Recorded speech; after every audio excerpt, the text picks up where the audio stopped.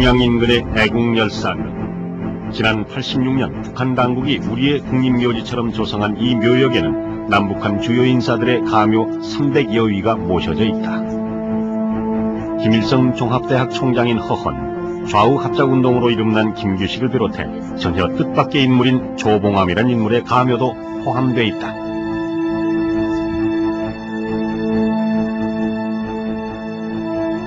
조봉암, 초대 내각 농림부 장관이자 2, 3대 국회 부의장, 그리고 2, 3대 대통령 선거의 대통령 후보. 진보당의 당수였으나 간첩 혐의로 사형을 당했던 인물. 사상전환 안 됐다고 보십니까? 그거 전혀도 안 돼. 주문해야 되는 거, 주문하면 또 갚을 수도 있어, 저거는. 그냥 그것이 국민이다. 저 농림장관도 하시고, 그러니까 국회의원도 하고, 그런데 뭐가 부족해서 간첩을 했다느냐? 절대로 아닙니다. 내가 간첩이 될 수 없는 거와 마찬가지로 축산도 간첩은 될 수 없는 사람. 사후 40년, 아직도 논란이 계속되는 그의 죽음. 과연 진실은 어디에 있을까?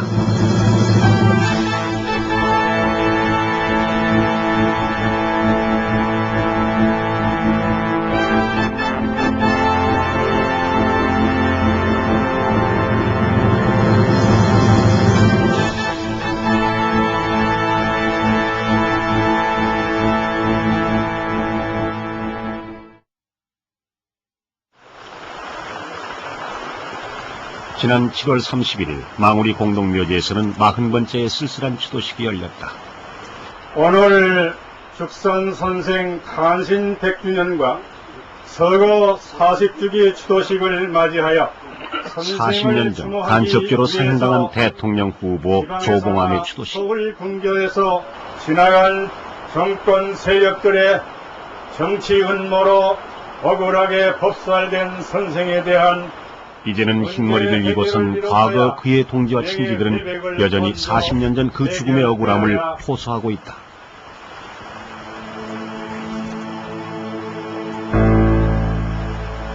(40년간) 묘비문조차 남길 수 없었던 그의 죽음. 그리고 한으로만 묻어두었던 지난 얘기들. 그들은 결코 그 죽음의 이유를 인정하지 않는다.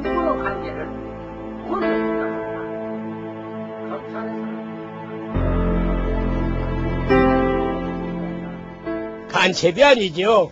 많이들 말이요. 죽을래니까 그 검사님이 만들었거든. 그 정적끼리의 조작이죠.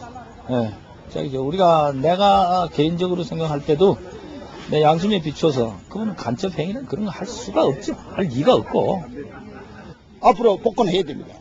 복권해가지고 그러한 사람은 정치적으로 역사적으로 남겨야 돼요. 그래야만이 우리가 정의가 살아나고 정치가 바로섭니다. 죽산 조봉암, 간첩죄로 사형당한 뒤 그는 역사 속에 묻혀버렸다.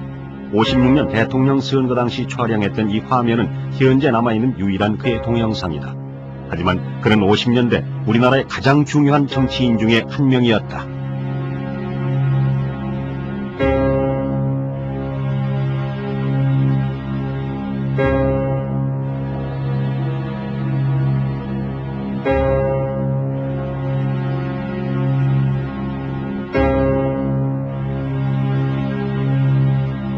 단기 사선이 된 81년 8월 15일 대한민국이 완전 독립국가임을 전 세계에 선포하는 경축 행사가 소행되었던 것입니다.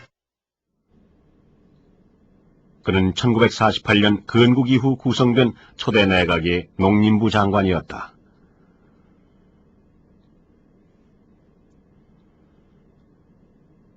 난산 끝에 구성됐던 초대 내각에서 처음부터 내정됐던 한 사람. 일제시대 사회주의 운동가로 이름이 높았기에 그의 입각은 최대 화제였고 비록 6개월 만에 단명했지만 그는 해방 이후 최대 과제였던 농지개혁안을 최초로 입안했던 젊은 정치가 그룹의 리더였다. 소장파 의원들이 절대적으로 조 장관을 지지를 했어요. 그래서 조 장관의 이제 예를 들면 양곡 수매 정책에 대한 그 법률안이라든가 토지개혁이 안이라든가 이런 걸 그분들이 굉장히 뒷받침해주고 이제 그걸 통과시키려고 애를 쓰고 그런 것 같았어요. 그리고 소장파 의원들은 굉장히 대중의 지지를 많이 받았던 거거든요. 그러니까 그 장관은 언제든지 허리가 꼿꼿하죠. 허리가 꼿꼿하는 건 물리적인 무슨 그 이제 자세도 있겠지만 거기는 자신감, 모든 민중이 나를 뒷받침해줬다는 그런 자부심, 그런 것이 거기 이제 나타났다고 볼 수 있겠죠. 난마같이 흐트러져서 회의가 진행되기가 어려울 때 조봉암 씨가 사회봉을 잡으면 해결되었어. 그것은 그 사람 머리가 얼마나 친밀하고 조직적이냐 하는 것을 의미할 거야. 해임 후 2대 국회에서 2차례나 국회 부의장을 지냈고 52년과 56년의 대통령 선거에서 이승만에 이어 2위로 낙선했던 대통령 후보. 3대 대통령 선거에서는 이승만, 민주당의 신익희 후보와 함께 진보당 대통령 후보로 출마해 유효 득표수의 30%, 무려 210여만 표를 획득했던 조봉암은 이승만의 확고한 정적이었다. 엄청난 표를 받은 거죠, 축산이. 그 당시에 숫자로는 엄청난 거를 받은 거죠. 그러니까는 하여튼 간에 제일 가는 라이벌로 이렇게 얘기가 됐었고, 남북평화 통일하고, 또 없는 사람도 이 서민층을, 소외계층을 살리도록 하자는 스로건이, 진보당 스로건이며, 그걸 우리 동조한 거죠. 1950년대에 그런 한국의 상황들을 극복하고 어떻게 한국 사회가 나아가야 될까라고 하는 것에 좌표를 놓는 데 있어서 조봉암이라고 하는 인물은 그런 것들을 몸으로 실천적으로 보여줬던 정치가라는 거죠. 대통령 선거 2년 후, 그리고 4대 민의원 선거를 앞두고 있던 58년 1월, 포화 각 신문엔 조봉암이 당수로 있는 진보당에 대한 일제 수사 기사가 대문짝만하게 실렸다. 56년 대선 당시 부통령 후보였던 박기춘, 한사장인 윤길중, 김다로 등 주요 간부들이 모두 구속됐고, 하루 뒤에는 위원장인 조봉암마저 구속됐다. 당시 제2야당의 간부들이 전원보안법 위반 혐의로 구속된 것이다.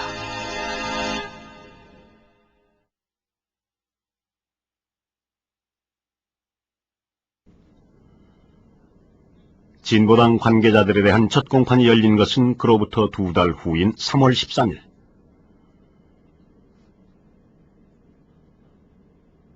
공판이 열리기도 전인 2월 25일, 이미 공보실에선 혐의 사실을 문제 삼아 진보당의 등록 취소 결정을 내려놓고 있었다.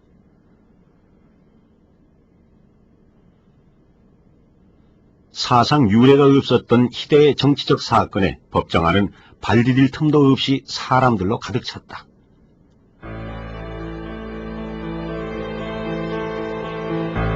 재판장에는 유병진 부장판사, 배석에는 배기호, 이병용 판사가 선정됐고, 원고로는 조인구 검사, 변호인단은 신태학, 김봉환, 김춘봉 등 무려 20여 명이 이르렀다. 문제는 진보당이 주장했던 평화통일론. 평화통일은 북한 괴뢰가 사용하는 문구인데 진보당에서 평화통일을 운운하는 것은 과연 무슨 의도인가? 진보당의 평화통일론이 보안법 위반이라면 54년 제네바 회담에서 외무장관이 밝힌 평화통일 14개조 방안도 당연히 유죄가 아니오. 피고 조봉암이 주장하는 유엔 감시하에 남북한 총선거는 대한민국을 부인하고 국호를 위해한 처사요.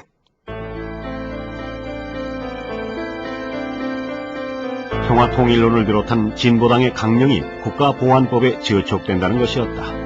과연 조봉암의 진보당은 어떤 정당이었고 문제가 된 진보당의 강령들은 어떤 내용이었을까? 그런 얘기를 해주시면 돼요. 전에는 어디 사무실, 전에는 당시 진보당 당사가 있던 곳은 종로구 장안동, 지금의 종로 2가다. 여기는 2층에 있었고 3층에 일부를 썼다고요. 3층에 일부를. 당시 진보당 간부였던 권대복 씨는 지금도 그 창당 과정의 어려움을 생생히 기억하고 있다.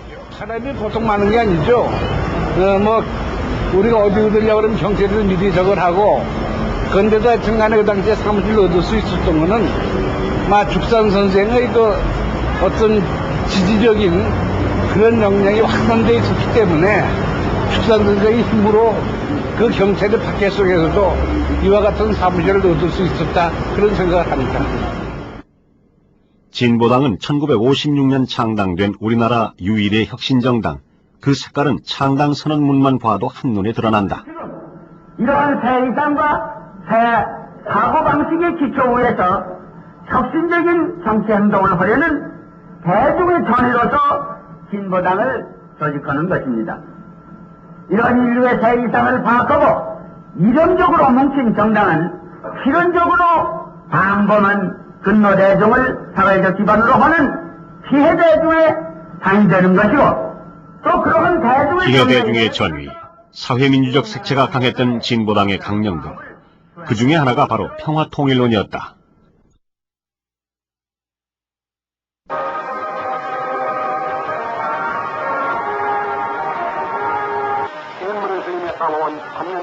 그러나 당시 이승만 정권의 통일 정책은 바로 북진통일. 온갖 난관과 희생을 무릅쓰고 그를 성대하게 끝냈습니다.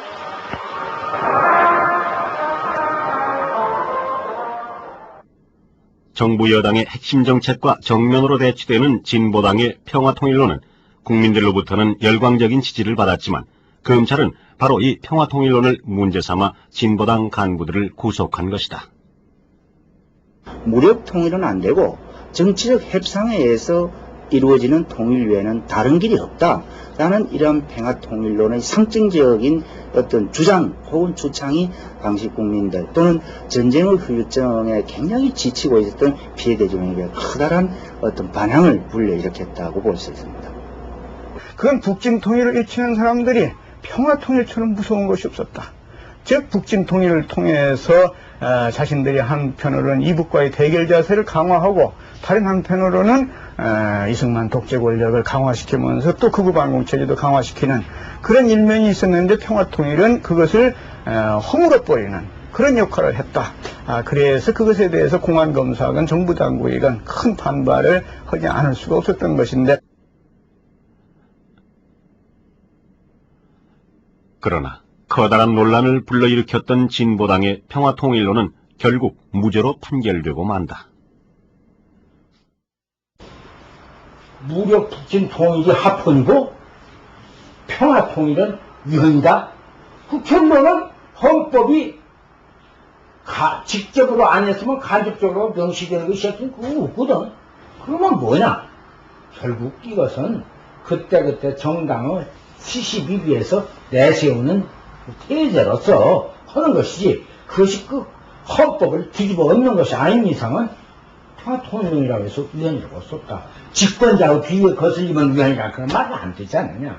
그러니까 진보당 강령 정책 평화통일은 무죄다. 공판이 계속될수록 평화통일론에 대한 국시 위반 논쟁이 힘을 잃어가자 검찰에서 새로운 카드로 제시한 것이 바로 양명산이라는 인물. 진보당 사건 공판정에 양명산이 등장하면서 재판은 새로운 국면으로 접어든다.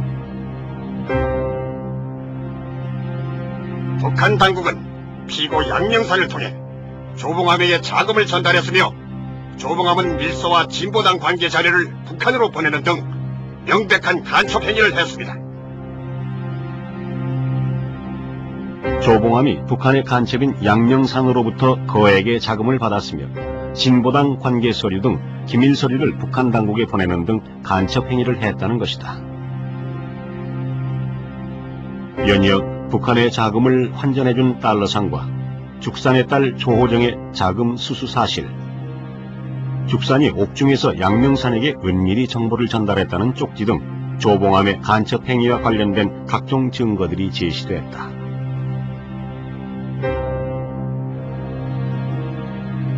양명산은 조봉암이 상해에서 독립운동을 하던 시절부터 알고 지내던 인물, 독립운동 자금을 전해준 혐의로 일경에 체포되기도 했으나 재판이 진행되면서 해방 이후 양명산이 대북 첩보기관 HID의 첩자로 남북교역에 종사, 돈을 벌었다는 사실들이 밝혀지기 시작했다. 우리는 처음에 그랬거든. 어째 이 사람이 휴전선에 또 군인이 철토같이 지키고 있는데 그걸 어찌 12번 왔다 갔다 하노 이렇게 생각했는데 나중에 보니까 양명사 정부관의 첩자 아니야. HIV에. 그러니까 12번 이렇게 왔다 갔다 한 것을 어떻게 왜 검사가 기소장에다 공소장에 다 내놓지 않고 증거도 안 내놓고 그저 왔다 갔다 돈 받아가지고 조봉을 줬다. 그것밖에 안 나거든. 그걸 가지고 전부 다 입증 다 했다는 거지. 우린 그래서는 되겠느냐. 어째서 이거 당국은 묵인하에 간 거 아이가. 너희들이 보낸 거 아이가 하는 그런 식이지. 조봉암은 북한의 자금이란 사실은 전혀 몰랐다고 부인하며 진실을 말하라고 다그쳤지만 양명사는 공판 내내 고개를 푹 숙인 자세로 검사의 질문에 짧게 네네라고 대답했을 뿐 두려움에 질린 표정으로 말이 없었다.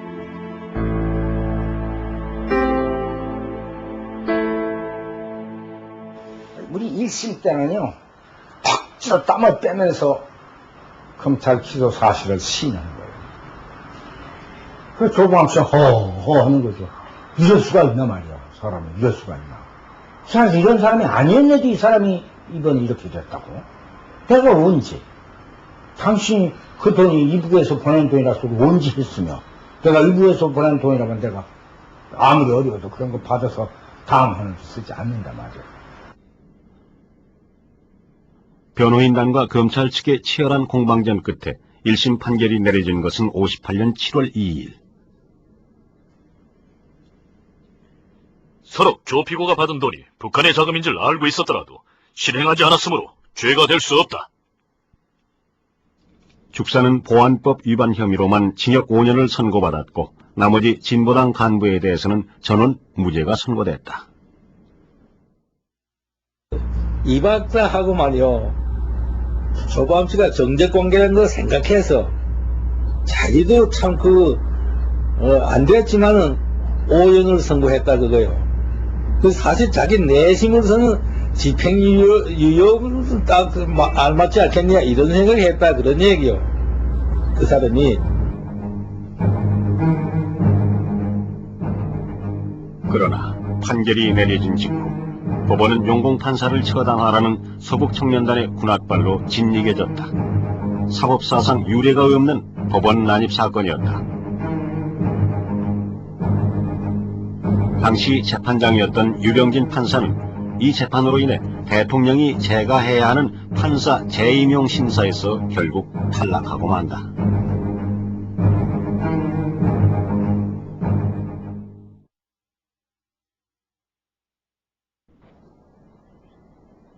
검찰의 항소로 재개된 2심 공판정.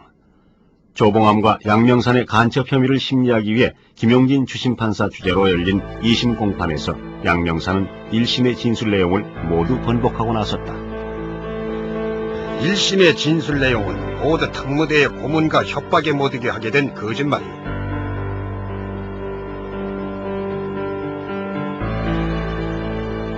일심 증언은 특무대에 감금된 채 조봉암의 간첩행위 사실을 증언하라는 협박에 못 이게 한 거짓말이고 사실과는 전혀 다르다는 것이다. 조봉암 씨는 국가가 정착적으로 날리는 거지만은 당신은 꼭 살려준다. 이렇게 약속이 돼 있었다는 거야, 자기는.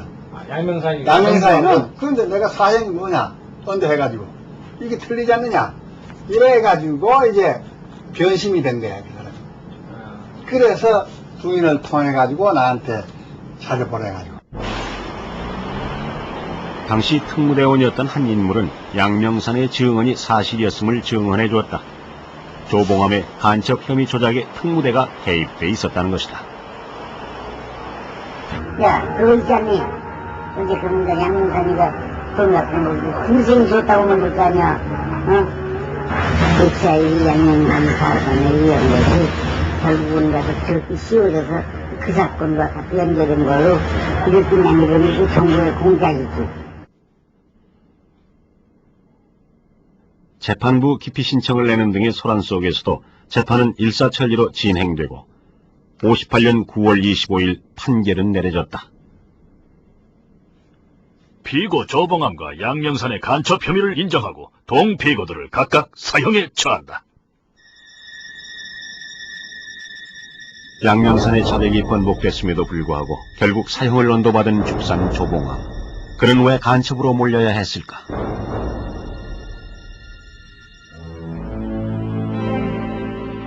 그는 우리나라 초기 공산주의 운동의 선구자였다. 일제시대 사회주의에 경도돼 조선공산당 창당에 깊이 관여했고 이후 상해를 근거지로 독립운동을 하다 일경에 체포돼 7년간 신의주 감옥에서 옥살이를 했었다. 죽산 조봉암은 조선공산주의 운동의 초기 단계에서부터 깊숙이 그리고 주도적으로 개입했던 사람입니다. 우리나라가 일본의 식민지로 있던 시기에 공산주의에 뛰어들었던 사람들은 거의 대부분이 공산주의 그 자체가 좋아서라기보다는 항일 독립운동을 하기 위한 수단으로는 공산주의가 가장 좋다고 믿었기 때문에 공산주의와 손잡았던 사람들이 많았습니다.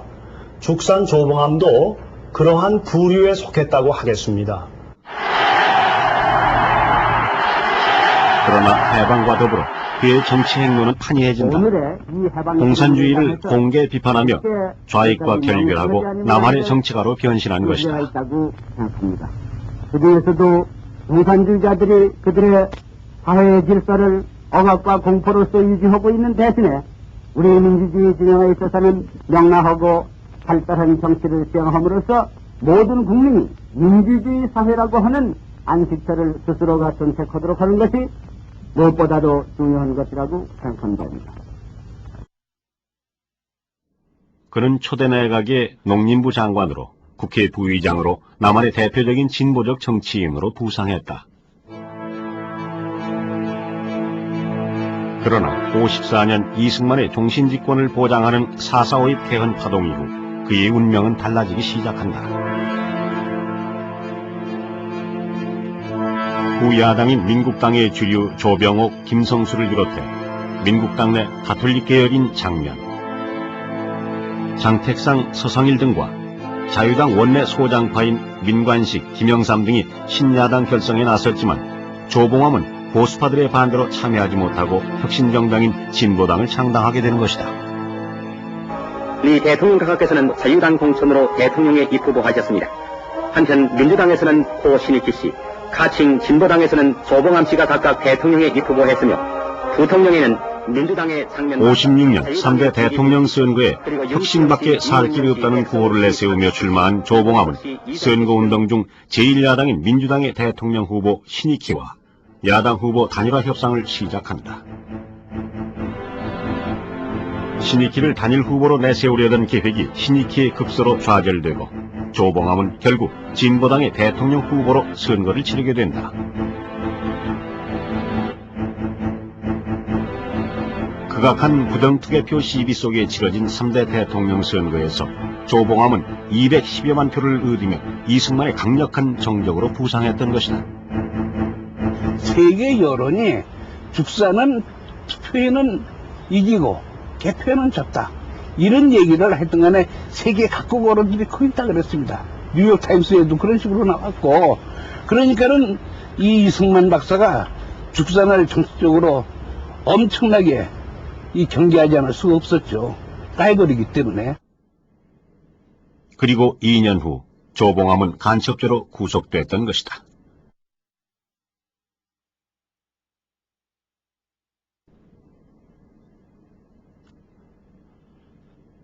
(59년 2월 27일) 한겨울의 날씨에도 마지막 판결을 지켜보려는 방청객들이 줄을 서서 입장을 기다리는 가운데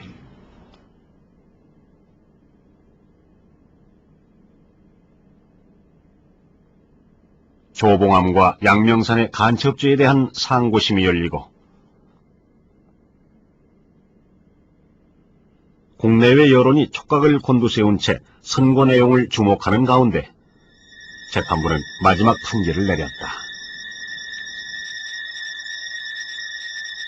피고 양명선이 주장하는 허위 자백의 동기는 극히 유치미약하고 합리성이 없을 뿐 아니라 피고 조봉암은 대한민국을 별난할 목적으로 진보당을 구성하여 수괴인 위원장으로 취임한 사실을 충분히 인정할 수 있고 양명선으로부터 북한의 자금을 수수한 사실을 인정할 수 있으므로 피고 조봉암과 양명선에게 사형을 선고한다.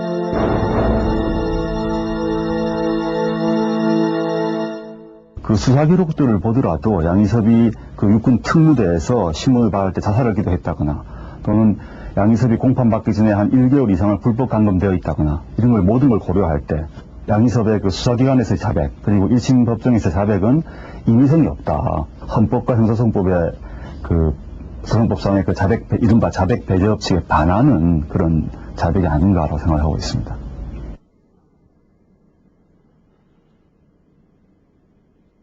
그렇게 사형을 선고받고 죽사는 서대문 형무소 2사 상 15방에서 5개월을 보냈다. 근데 이건 이거 직구통 밥 주는 이미 환갑을 맞은 나이, 사형 언도 후 그는 결코 자신을 위해 구명운동을 하지 말라고 당부했다고 한다. 여기가 짧은 얘기거든요. 근데 하여튼간에 축산 선생은 이렇게 항상 보면은 꼭 그 가운데 정주하고 앉아 있어요. 그래가지고 꼭 책을 보시는데 그 한문 고소를 많이 보셨습니다. 고소. 사형언도를 당하고도 바로 그 고소를 보시는데 참 저는 감명을 많이 받았어요. 사형수가 된 대통령 후보 조봉암. 그는 그렇게 자신이 맞이할 죽음을 준비하고 있었다.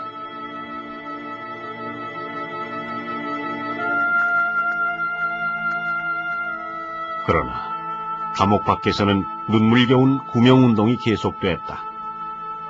그의 딸 조호정 씨는 이승만 대통령을 비롯해 이기붕 부통령, 홍진기 내무장관 등 정부 여로에 장문의 탄원서를 보내며 아버지의 억울한 죽음을 막아보려 했다. 홍진기 법무장관하고 그리고 이기붕 씨 부인이 우리 이대 문과과장이니까 그때 학교로 박마리아 선생님 만나러 내려가지고 박마리아 선생한테 했는데 워낙에 좀 찬 사람이에요. 찬 사람이. 그런데 더군다나 우리 아버지에 대한 감정은 뭐 별로 좋지 않을 거고. 그런데 그래도 글쎄 제자가 아버지 구명운동을 왔으면 말해도 따뜻하게 해주겠는데 그렇게 안 해. 난 남자들이 하는 일은 잘 모른다.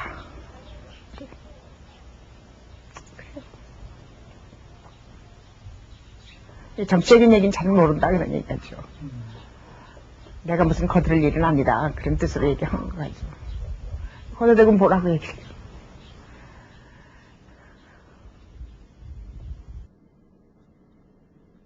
사형언도를 받은 지 5개월 후인 7월 30일 대법원에 낸 죽산 조봉암에 대한 재심 청구는 기각됐다. 오후 3시에 내려진 기각 결정은 5시 25분에야 변호인단에 전달됐다. 재재심 청구서를 넣을 수도 없는 시간, 그리고 이튿날 사형은 집행됐다. 재심 청구 기각을 했으면 그 서로 다 변호인은 다 송달을 하고 거기에 대해서 또 재심 청구 이유가 없어서 기각했다면 다시 또 누락된 거 가지고 다시 또 청구할 수도 있는 거 아닙니까? 그러니까 그런 기회를 전부 다 박탈한 거죠. 그 죽는 사람 입장에서는 최대한의 죽을 때까지 말할 수 있는 권리를 줘야죠. 그런 보통 통상의 살인범의 경우에 있어서도 사형 집행을 6개월이나 3년까지 미루고 있는데 이런 아주 그 정치적으로나 뭐 사회적으로나 아주 중요한 그런 사건에 있어서 사형 집행을 확정 판결을 하고 바로 다음 날에 집행한다는 것은 이건 참 법적으로 법률 자체의 그런 규정이 사형 집행을 언제까지 연기해야 된다 그런 내용이 없다 할지라도 이건 기본적인 헌법 정신이나 법의 정신에 어긋난 행동이 아니었는가.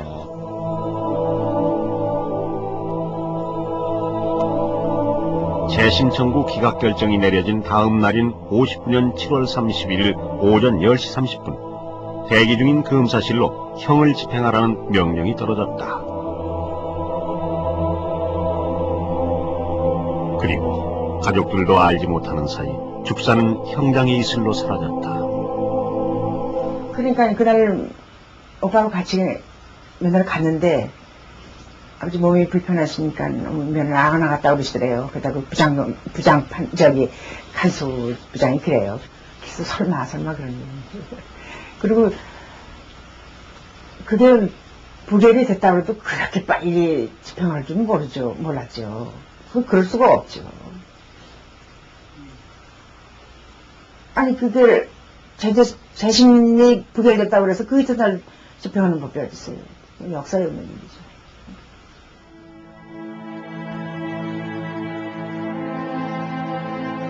이곳에서 죽사는 마지막 말을 남겼다. 나에게 죄가 있다면 많은 사람이 고로 잘 살 수 있는 정치운동을 한 것밖에는 없을 것이오. 이 박사와 싸우다가 졌으니 패자가 죽음을 당하는 것은 흔히 있는 일이나 다만 내 죽음이 헛되지 않고 이 나라의 민주 발전에 도움이 되기를 바랄 뿐이요.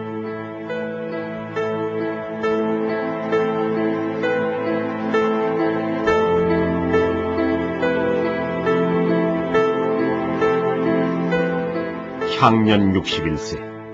회갑을 2달 앞두고 죽산 조봉암의 파란만장한 인생은 이렇게 끝이 났다. 1960년 4월 19일 이승만 정권의 누추한 종말을 불과 8개월 앞둔 때였다.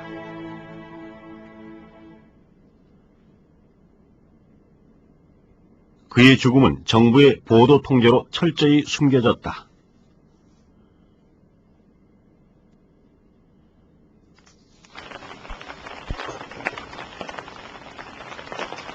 그리고 40년. 간첩으로 죽은 그의 존재는 철저히 역사 속에 묻혀졌다. 그러나 결코 그를 잊을 수 없는 사람들이 있었다. 아버지를 잃은 죽산의 딸 조호정 씨는 40년을 하루같이 아버지의 억울한 죽음을 밝히기 위해 살아왔다.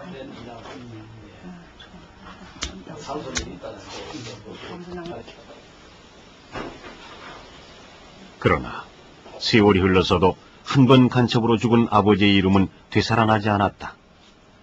정권이 바뀔 때마다 살아생전에 그랬듯 대통령을 비롯한 정부 요로에 탄원서를 내고는 했지만 아무런 답변도 오지 않았다.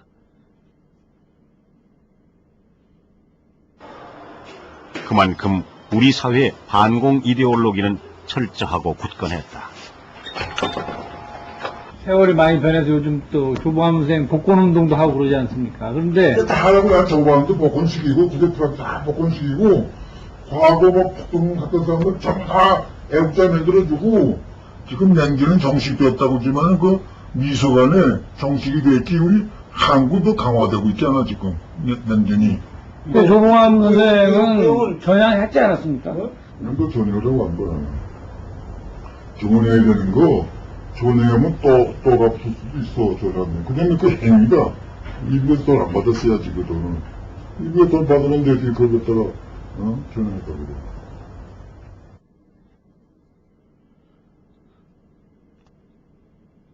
한편에선 그의 복권운동 역시 끈질기게 이어지고 있었다. 김영삼 전 대통령을 비롯해서 85명의 국회의원들이 서명한 청원서가 국회에 보내졌지만 그 역시 반향이 없었다.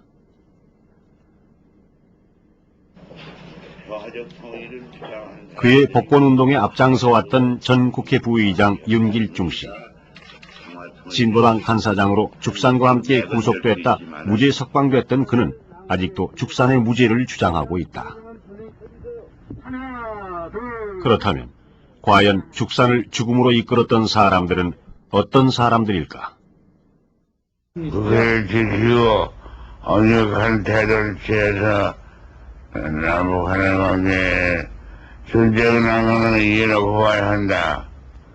그런 입장을 취했기 때문에 그는 공산당에 될 수 없고 공산당을 모으는 것은 정치의 업무다. 이렇게 보는 겁니다. 예. 그 사람들 지주, 친일파 지주들의 집단이잖아요. 한민당이라는 게. 그러니까 그 세력들하고의 이제 결탁이 다 야합이 돼서 아버지 그렇게 된 거라고 생각해요. 믿어 의심치 않아요. 1958년 1월 6일이죠. 1월 6일 날 법무장관실에서 이희봉 의장 지시에 의해 공안 책임자 회의가 있었답니다. 그런데 거기서 죽산을 체포하기로 결정을 받다는 겁니다. 그래서 첫째는 죽산을 간첩 사건으로 연결을 시켜서 잡아놓자. 또 그게 여의치 않을 때는 진보당의 통일정책이 김일성의 지령에 의해서 만들어진 걸로 조작을 해가지고 잡아넣자. 그래서 기본적인 결정이 났다는 겁니다. 결코 입증할 수 없는 주장들. 하지만 그 배경을 추론할 만한 객관적 증거들은 전혀 엉뚱한 곳에 있었다. 미국 국립문서보관소에는 조봉암과 진보당 사건에 대한 상세한 기록이 남아 있었다. 주한미 대사관은 사건 발생 당시부터 사건의 추이를 예의주시하고 있었다.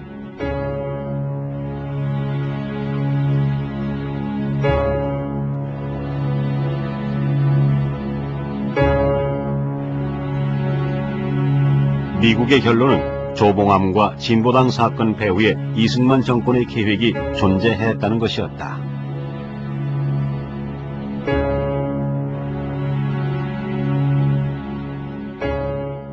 I heard from a Korean here in the States later that this Korean had been he had been a high official in the Korean government even prior to the Japanese. He'd been one of the few Japanese who was a high prosecutor. And he was a close friend of the judge on the Chobong-am case. This man, and I can't think of his name, he was an older man, much older than I am, told me, and this is 10 years ago, that the judge told him that Rhee sent word to him, get him executed immediately. You know, no waiting around, because I don't want any stalling. And so the whole thing was moved up and done in such a hurry that nobody had a chance to really realize what was going to happen. 당시의 국무회의 비망록은 그런 주장을 뒷받침하고 있다.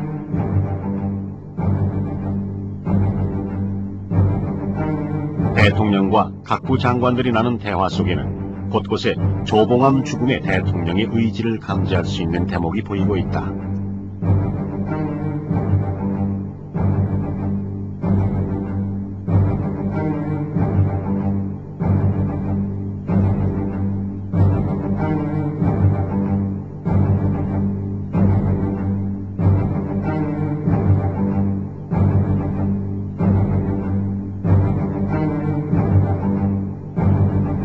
이심 판결 이후 유병진 판사의 질의에도 이 대통령은 헌법을 고쳐서라도라는 표현을 쓸 정도로 강력한 의지를 보였다.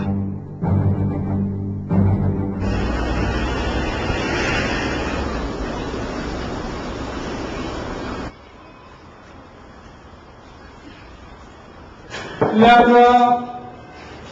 계세요? 아, 네. 선생님이세요? 예, 예. 아, 예, 반갑습니다.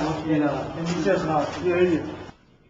취재진은 당시 시경의 자문역으로 있던 한승격 씨를 통해 죽산의 죽음에 치안국이 관여되어 있다는 결정적인 증언을 들을 수 있었다. 조작을 했다고 하는 게 있지 않습니까? 솔직히 말해 참 억지를 만드는데 그래서 참가해서 한 게 보존에 대한 양심의 가치를 받고 있습니다. 정평조합 이렇게 활동하시고 일제시대 독립운동가로 와세다 대학 법정대 출신 지식인 한승격 씨. 그러다 58년 당시 남파 간첩이었다가 전향한 경력 탓으로 그는 시경에 협력하고 있었다. 하루 최치환 시경국장이 그때 남가이라는 그 일본 요리집이 있었는데 거기에 한 5, 6명과 같이 저녁 식사를 했습니다. 아주 술도 많이 먹었지요. 그리고 한참 있다가 음식을 놔둬서 맛없디다. 며칠 전에 경무대에서 사상 담당 검사님하고 그 다음 치안국장님하고 박 국장인가 그리고 김창룡 정무대장하고 자기하고 3.15 선거대책 회의가 있었다.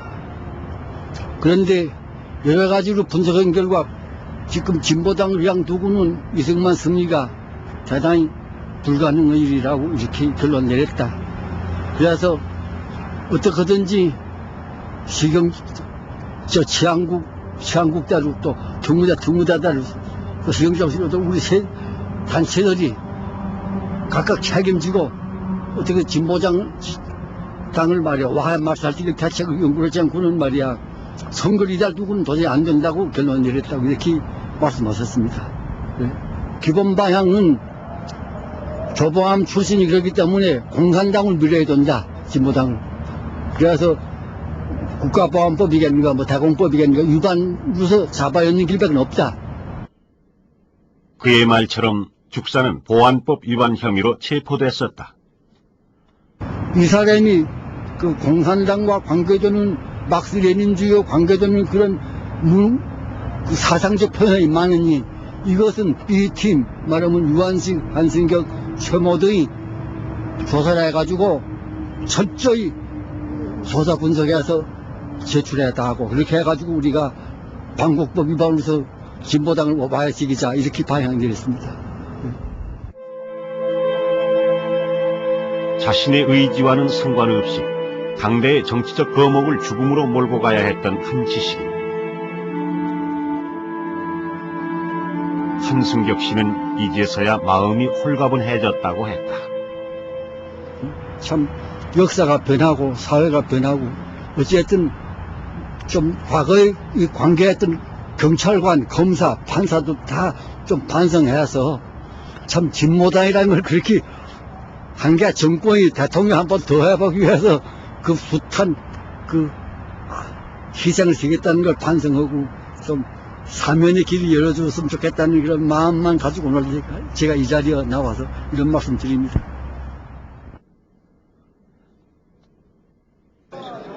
한승격 씨의 말처럼 사회는 변했다.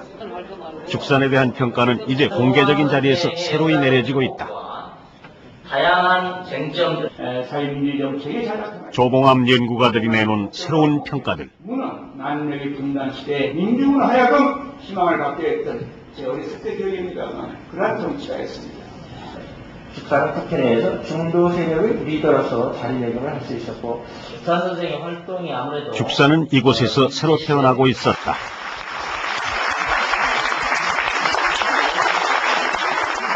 진보당을 탄압하지 않고 그대로 성장하도록 내버려 두었다고 한다면 진보당은 저 서부 유럽에서 볼 수 있는 사회민주주의 정당으로 발전했을 것입니다. 그렇게 된다면 우리나라 정치 세계는 보수 정당 대 혁신 정당, 말하자면 보혁 대결로 건전하게 갈 수 있었던 것이 아닌가 이렇게 생각해 봅니다. 저희 생각으로는 현재 사면법상의 그 사면의 대상에 죽은 사람도 포함시켜야 되지 않는가. 이거는 단지 조봉암 개인만을 위해서가 아니라 뭐 윤희상 씨라든가 문익환 씨라든가 이런 경우는 사면복원되지 못한 상태에서 죽었단 말씀이죠. 그런 경우 그들에 대한 명예회복, 최소한 법적인 명예회복은 불가능합니다. 현재 상태로는. 그랬을 때 그분들의 가족들 같은 경우는 여전히 뭐 간첩의 가족이라든가 이런 명예를 쓰고 살아야 되기 때문에 그 명예회복을 위해서는 사면법이 개정돼야 한다. 그러나 아직 죽산의 복권은 이루어지지 않았다. 죽산이 사형당할 당시 겨우 30대 초반이었던 죽산의 딸 조호정 씨는 벌써 고희를 넘긴 나이가 됐다. 과연 살아생전에 사면복권된 아버지의 묘소에 참배를 할 수 있을지. 조호정 씨는 지금 아버지 죽산에 대한 회고록을 집필 중이다.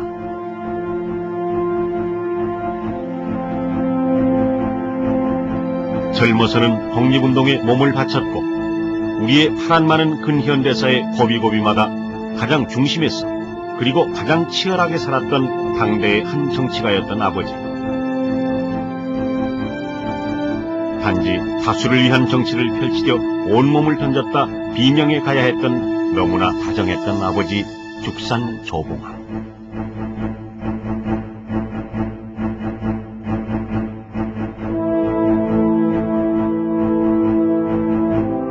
그러나 사후 40년간 비문조차 마련하지 못했던 아버지의 죽음을 기록하려는 것이다. 지금도 단지 옳은 일이기에 목숨 걸고 독립운동을 했다는 묘지성만 있는 비문 없는 묘소에 아버지 죽산의 제대로 된 이름이 새겨질 날을 간절히 기원하면서